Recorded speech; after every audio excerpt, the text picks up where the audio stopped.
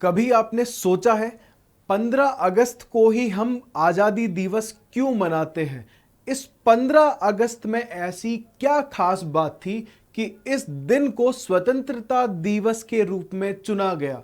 हालांकि कुछ लोग कहते हैं कि एक सिर्फ सामान्य सी बात थी, लेकिन इसके पीछे का राज जानने के बाद आप स्वतंत्रता दिवस उतनी ही खुशी से मनाएंगे, लेकिन आपको थोड़ा सा गुस्सा जरूर आएगा अंग्रेजों की धूर्तता पर। तो चलिए जानते हैं ये राज क्या था जिसके पीछे 15 तारीख को ही भारत में स्वतंत्रता दिवस को मनाया जाना फिक्स किया गया।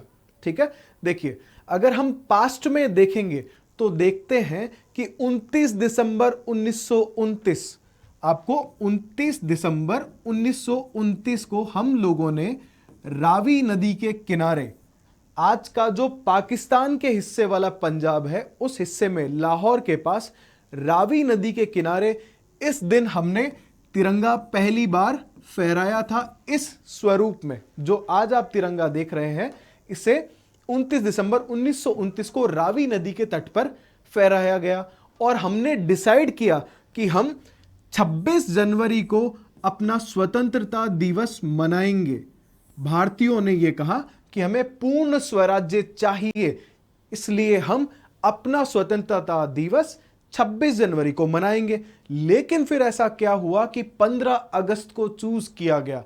तो माउंटबेटन की बुक फ्रीडम एट मिडनाइट की अगर माने तो उसके अकॉर्डिंग आपको थोड़ा सा डिटेल में जानने की जरूरत है। यहां उस बुक में लिखा है कि हमने ये दिन किसी एक विशेष उपलक्ष्य में चुना। हम चाहते थे इस दिन जो हुआ था वो विक्ट्री भारत जिंदगी भर जो है हमेशा जब तक वो स्वतंत्रता दिवस मनाएगा इस दिन को सेलिब्रेट करे। लेकिन एक तरह से ये दिन भारत के लिए अच्छा नहीं था। 15 अगस्त के दिन ऐसा क्या हुआ था? तो देखिए, याद करिए, दुनिया में दूसरा विश्व युद्ध चल रहा था 1939 से लेके 1945 तक, और इसी बीच भारत के लिए आजादी की लड़ाई लड़ रहे थे सुभाष चंद्र बोस, जिन्होंने उस समय, माफ कीजिएगा, जो उस समय इंडियन नेशनल आर्मी यानी आजाद हिंद फौज के लीडर हुआ करते थे। और आप सबको पता होगा इस चीज में हेल्प कर रहा था जापान।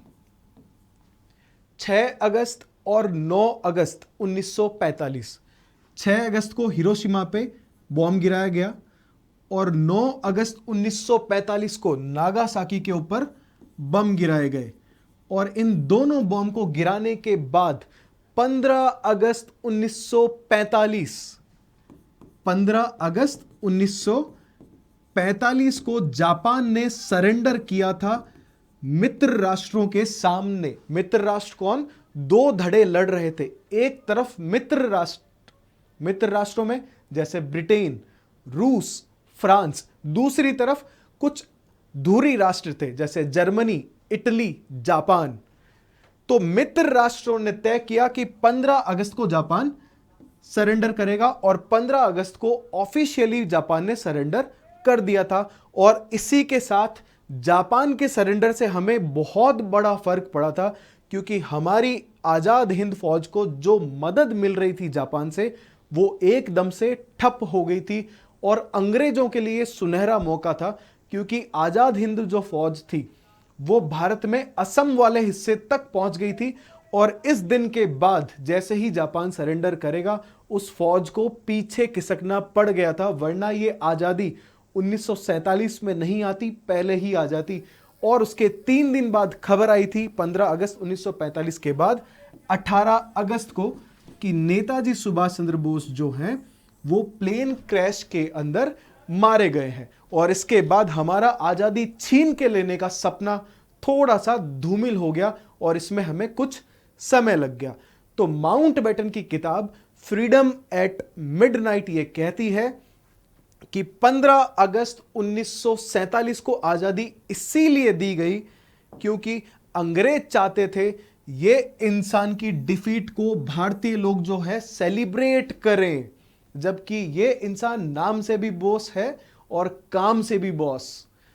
तो ये था पूरा माजरा अगर माउंटबेटन की किताब को देखा जाए तो। वैसे अंग्रेजों का दिमाग लगभग यही कहता है कि वो अपनी विक्ट्री को भारतीयों की डिफीट के साथ जानबूझ के उन्होंने जरूर जोड़ा होगा। हालांकि ये सिर्फ जापान का नहीं, हमारी भी डिफीट थी कि जापान उस दिन नहीं हारता तो आजाद हिंद फौज भारत पहुंच गई होती और भारत का भविष्य कुछ और होता, क्योंकि ऐसे लीडर के हाथ में हमारी कमान होती। ऐसे लोग हमारे प्यारे बोस बाबू, जो आप पिछले इतिहास में देखोगे तो इनके जैसा ना कोई हुआ है और ना अभी तक हमें कहीं कोई दिखाई दे रहा है कि इनके जैसा लीडर हमें मिल सकता है। तो 15 अगस्त मनाने के पीछे आप जरूर मनाइए खुशियां, लेकिन थोड़ा सा दिल में याद करिए हमारे इन लोगों को, क्रांतिकारियों को, जिन्होंने इस देश के लिए लड़ाई लड़ी और अपना सब कुछ बलिदान कर दिया। तो आज के लिए इतना ही, जल्दी ही मिलेंगे अगले वीडियो में। धन्यवाद। जय हिंद, जय भारत।